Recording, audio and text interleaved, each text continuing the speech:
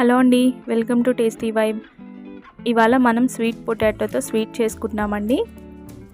మనం స్వీట్ పొటాటోతో ఎన్నో రకాల రెసిపీస్ ట్రై చేసి ఉంటాం, కానీ ఒక్కసారి ఇలా స్వీట్ పొటాటోతో హల్వా చేసుకొని చూడండి, చాలా బాగుంటుంది. స్వీట్ పొటాటో తినడం ఇష్టం లేని వాళ్ళకి ఇలా హల్వా చేసి పెట్టండి. ప్రతిసారి ఇలాగే చేయమంటారు, అంత బాగుంటుంది. ఇప్పుడు ఇది ఎలా చేసుకోవాలో చూసేద్దాం. దీనికోసం నేను చిలగడ దుంప తీసుకున్నానండి.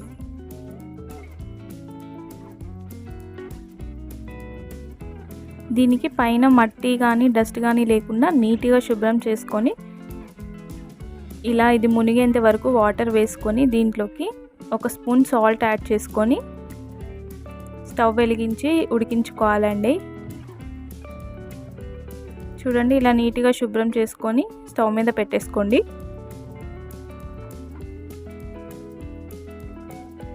ఇలా ఒక 10 నిమిషాలకి బాగా బాయిల్ అయ్యి మనకి చిలగడ దుంప ఉడుకుతూ ఉంటుందండి. ఇది ఉడికిందో లేదో తెలియాలంటే ఒక చిలగడ దుంప తీసుకొని ఇలా చాకుతో కట్ చేసి చూస్తే ఈజీగా వచ్చేస్తుందండి, అప్పుడు ఉడికినట్టు లెక్క. ఇలా వీటిని కొద్దిసేపు చల్లారనివ్వాలండి.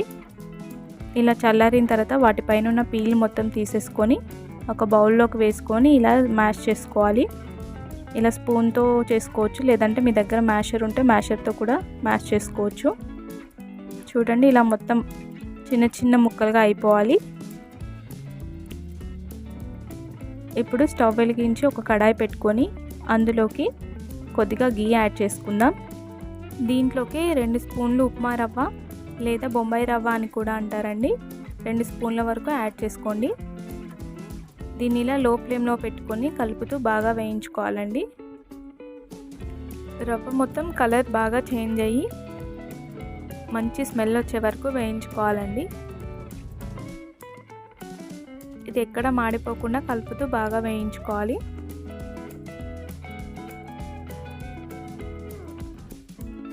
చూడండి, ఒక 5 నిమిషాల తర్వాత మనం వేసిన నెయ్యి మొత్తం రవ్వలోంచి రిలీజ్ అవుతుందండి, అప్పటిదాకా వేయించుకోవాలి.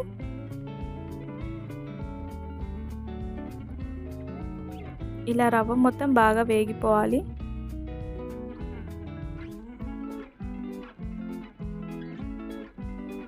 ఇలా రవ్వ మొత్తం బాగా వేగిపోయిన తర్వాత ఇందులోకి మనం ఇందాక మ్యాష్ చేసి పెట్టుకున్న స్వీట్ పొటాటోని కూడా యాడ్ చేసుకోవాలి.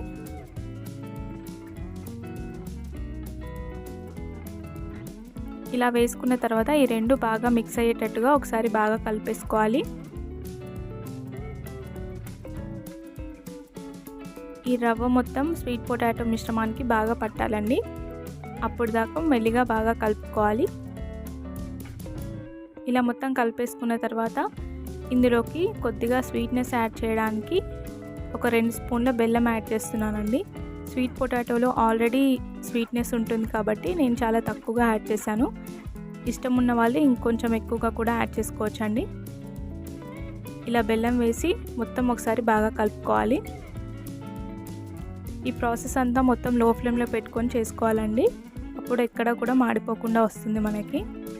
ఇలా మనం వేసిన బెల్లం మొత్తం కరిగిపోయి మిశ్రమానికి బాగా పట్టాలండి, అప్పుడు దాకా ఇలా మెల్లిగా కలుపుతూనే ఉండాలి. చూడండి, ఒక 5 నిమిషాల తర్వాత మనం వేసిన బెల్లం కూడా మొత్తం మిక్స్ అయిపోయింది. ఇలా కలుపుతూనే ఉంటే కొద్దిసేపటి తర్వాత ఈ డిష్ మొత్తం ఒక ముద్దలా వచ్చేస్తుందండి, అప్పుడు దాకా కలుపుతూనే ఉండాలి. ఎప్పుడైతే మనకు ప్యాన్ కంటుకోకుండా ఒక ముద్దలాగా వచ్చేస్తుందో అప్పుడు మనకి ఈ స్వీట్ రెడీ అయిపోయినట్టే అండి. ఇప్పుడు చివరగా దీంట్లోకి కొద్దిగా డ్రై ఫ్రూట్స్ కూడా యాడ్ చేసుకోవచ్చు. అంతే అండి, ఎంతో టేస్టీ అయిన స్వీట్ పొటాటో హల్వా రెడీ అయిపోయింది.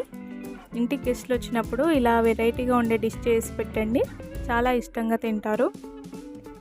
ఇలా తయారైన మిశ్రమాన్ని ఒక బౌల్లోకి వేసుకొని సర్వ్ చేసుకోవడమే, ఎంతో టేస్టీగా ఉంటుందండి.